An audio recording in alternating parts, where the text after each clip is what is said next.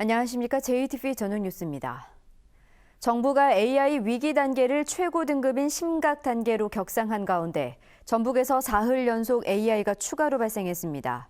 전라북도는 정읍시 정우면의 한 오리 농장에서 AI 의심 신고가 접수돼 검사한 결과 양성 반응이 나왔다고 밝혔습니다. 전라북도는 농장에 있는 오리 15,500마리를 살처분하기로 했습니다.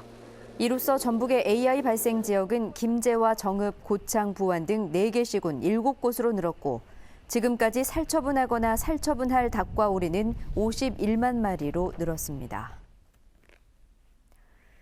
AI 확산이 역대 최고 속도로 빨라지면서 전라북도의 초소 운영비 확보에 비상이 걸렸습니다.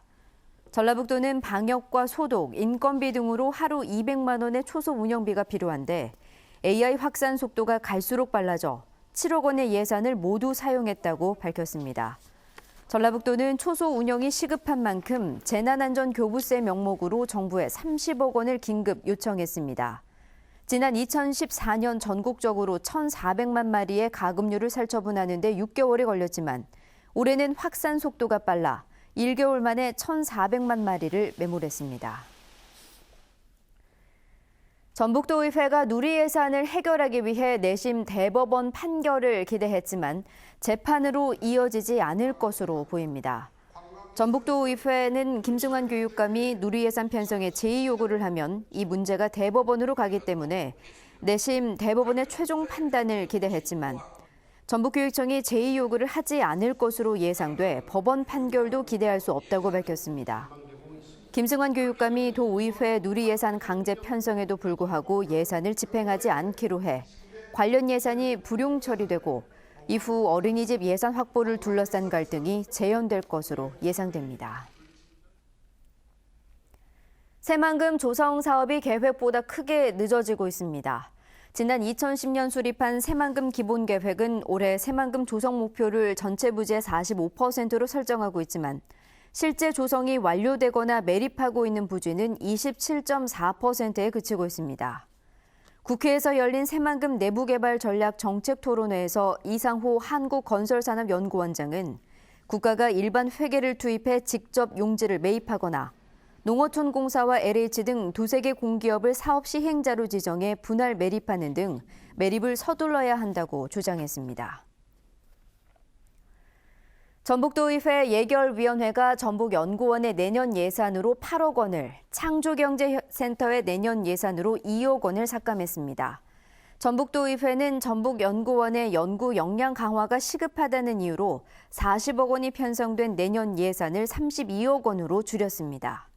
또 최순실 사업으로 분류된 창조경제센터는 10억 원 가운데 8억 원만 반영돼 추가로 국가 예산을 확보하더라도 내년도 예산은 올해보다 6억 원가량 준 20억 원에 그칠 것으로 보입니다.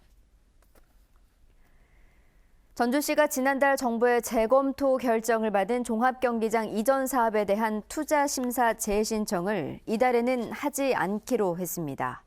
이는 민간 사업자인 롯데와의 협약 해지 문제 등 재검토 조건이 해결되지 않았기 때문으로 보입니다. 전주시는 내년 3월에는 투자 심사를 다시 신청하겠다고 밝혔습니다. 무주 태권도원의 민간 자본을 유치하기 위한 작업이 다시 시작됩니다. 전라북도는 오는 16일에 태권도원 민간 사업자 모집을 공고하고 내년 1월 16일에 사업 설명회를 열기로 했습니다. 이어 내년 4월에 사업 제안서를 받아 우선 협상 대상자를 선정하기로 했습니다. 전라북도는 지난 2009년부터 시작한 태권도원 민간 자본 유치 작업이 성과를 내지 못하자 올해 민자지구 개발 방식으로 일괄해서 부분 개발로 바꿔 다시 민자 유치에 나섰습니다. 경북이 새만금과 포항을 잇는 동서고속도로 283km 가운데 미착공 구간인 성주-대구 구간의 신축을 추진해 무주-대구 구간의 착공으로도 이어질지 주목됩니다. 동서고속도로의 미착공 구간은 서쪽부터 무주-성주-대구로 길이는 86km입니다.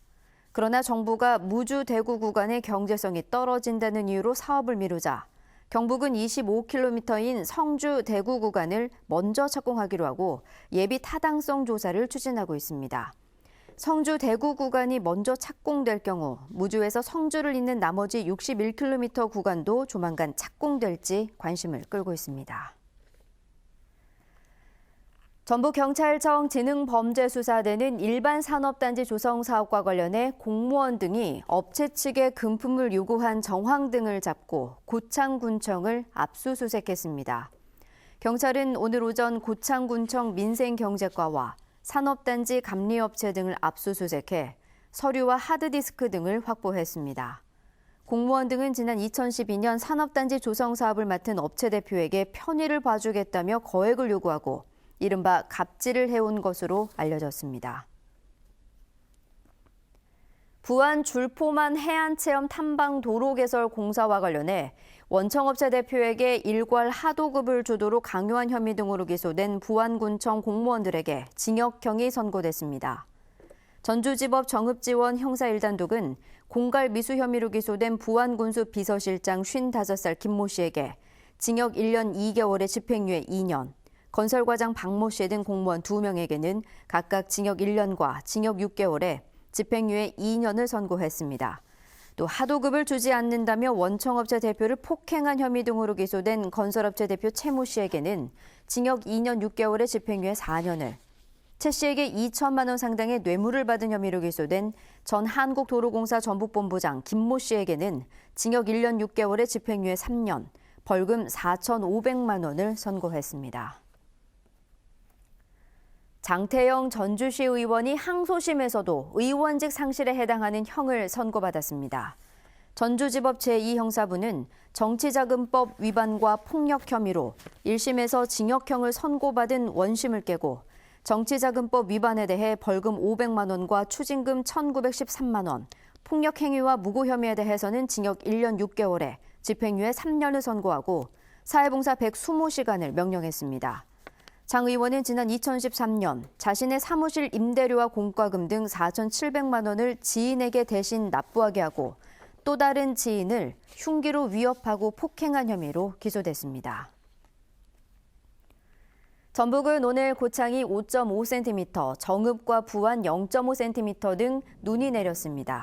이번 눈은 서해안을 중심으로 밤까지 1에서 3cm가량 더 올 것으로 보입니다. 내일은 대체로 맑겠지만 새벽에는 눈이 날리는 곳이 있겠습니다. 아침 최저 기온은 영하 9도에서 영하 3도, 낮 최고 기온은 1도에서 4도로 오늘과 비슷하겠습니다. 바다의 물결은 2에서 4m로 높게 일겠습니다. 전주기상지청은 주말인 모레 낮부터 기온이 올라 추위가 물러날 것으로 내다봤습니다. 8시 뉴스 예고입니다. 부안군 공무원들이 공사를 수주한 건설업체 대표에게 일괄 하도급을 주도록 강요한 혐의로 징역형을 선고받았습니다.